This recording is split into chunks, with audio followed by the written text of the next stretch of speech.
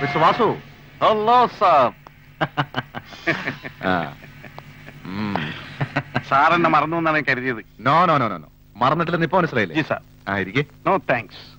ഞാൻ ഓപ്പറേഷൻ തയ്യാറായാണ് വന്നിരിക്കുന്നത്. ആരെ, എവിടെ, എപ്പോൾ എന്ന് മാത്രം പറഞ്ഞാൽ മതി. Very good. പിന്നെ എന്റെ പ്രതിഫലം കഴിഞ്ഞ തവണത്തേക്കാൾ ഒരല്പം കൂടിയിട്ടുണ്ട്. ഒരു 25,000 ഉണ്ട്. പ്രതിഫലമല്ല പ്രശ്നം, ഈരിച്ചെവി അറിയാതെ കാര്യം സക്സസ് ജി ആക്കണം. സാർ. ഞാനിതിന്റെ പിന്നിലുണ്ടെന്ന് ഒരീച്ച പോലും അറിയരുത്. അക്കാര്യം സാർ എനിക്ക് വിട്ടു തന്നേക്കൂ. സാബ് പോലും പറയാതെ സാബിനെ ഞാൻ തൂൾ തൂളാക്കി കാണിച്ചു തരാം. എന്നെ? G sir. അല്ല, ഒരു ഉദാഹരണം പറഞ്ഞേ ഉള്ളൂ. ഇത്രയും പെട്ടെന്ന് ഇത് ചെയ്യേണ്ടി വരുമെന്ന് ഞാൻ കരുതിയില്ല. പക്ഷെ വെച്ച് താമസിപ്പിക്കുന്നത് കൂടുതൽ അപകടമാണ്. എന്തെങ്കിലും ഒരു ഇഷ്യൂ ഉണ്ടായതിനു ശേഷം നന്ദിനിക്ക് വല്ലത് സംഭവിച്ചാൽ ആ വക്കീലിന് സംശയം തോന്നാനിടയുണ്ട്.